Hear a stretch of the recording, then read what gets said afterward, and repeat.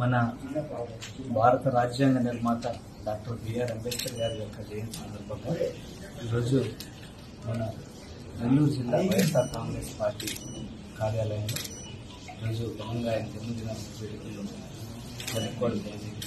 ఇందులో మా ఎమ్మెల్సీలు చంద్రశేఖర్ అన్న, మేరు మురళన్న, అలాగే మా సీనియర్ మోస్ట్ లీడర్ అన్న విజయన్న, అలాగే రాజశేఖర్ మరియు అందరూ నాయకులు, జిల్లా వ్యాప్తంగా అందరూ నాయకులు ఈ కార్యక్రమంలో పాల్గొని జయప్రదం చేయడం జరిగింది.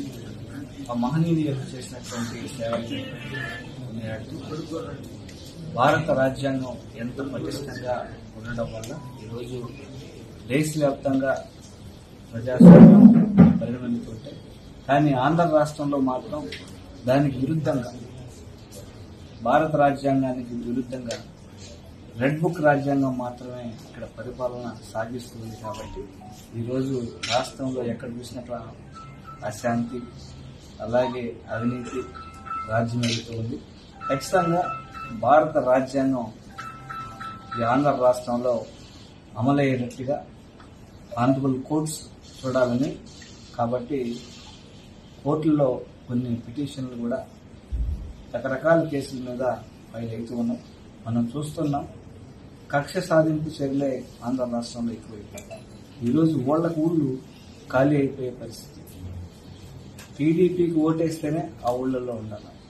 టీడీపీకి ఓటేయకుండా ఎవరన్నా వైఎస్ఆర్ కాంగ్రెస్ పార్టీకి పనిచేస్తుంటే వాళ్ళని అక్రమ కేసులు బయటపడి, అలాగే హింసించి, అలాగే కొట్టి ఈరోజు రాష్ట్రంలో పలు ప్రాంతాల్లో ప్రజల్ని తరిమేయడం జరిగింది.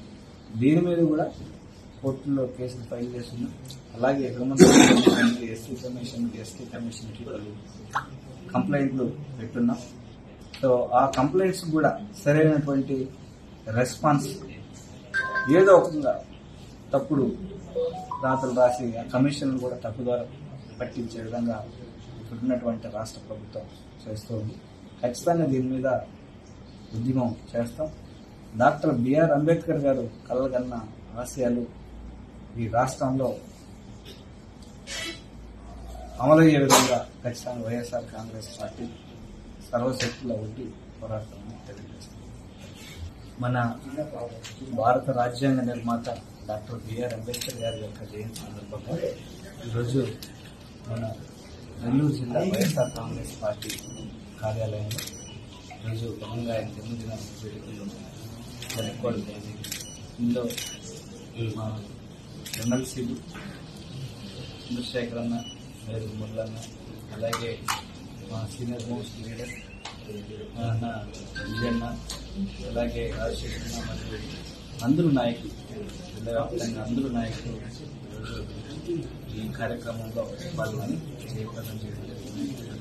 ఆ మహనీయులు చేసినటువంటి సేవల్ని కొనియాడుతూ భారత రాజ్యాంగం ఎంతో పటిష్టంగా ఉండడం వల్ల ఈరోజు దేశవ్యాప్తంగా ప్రజాస్వామ్యం పరిగణిస్తుంటే, కానీ ఆంధ్ర రాష్ట్రంలో మాత్రం దానికి విరుద్ధంగా, భారత రాజ్యాంగానికి విరుద్ధంగా రెడ్ బుక్ రాజ్యాంగం మాత్రమే ఇక్కడ పరిపాలన సాగిస్తుంది. కాబట్టి ఈరోజు రాష్ట్రంలో ఎక్కడ చూసినట్టు అశాంతి, అలాగే అవినీతి రాజ్యం వెళుతూ ఉంది. ఖచ్చితంగా భారత రాజ్యాంగం ఈ ఆంధ్ర రాష్ట్రంలో అమలయ్యేటట్టుగా ఆనరబుల్ కోర్ట్స్ చూడాలని, కాబట్టి కోర్టుల్లో కొన్ని పిటిషన్లు కూడా రకరకాల కేసుల మీద ఫైల్ అవుతూ ఉన్నాయి. మనం చూస్తున్నాం, కక్ష సాధింపు చర్యలే ఆంధ్ర రాష్ట్రంలో ఎక్కువైపోయాయి. ఈరోజు ఊళ్ళకు ఊళ్ళు ఖాళీ అయిపోయే పరిస్థితి. టీడీపీకి ఓటేస్తేనే ఆ ఊళ్ళల్లో ఉండాలి.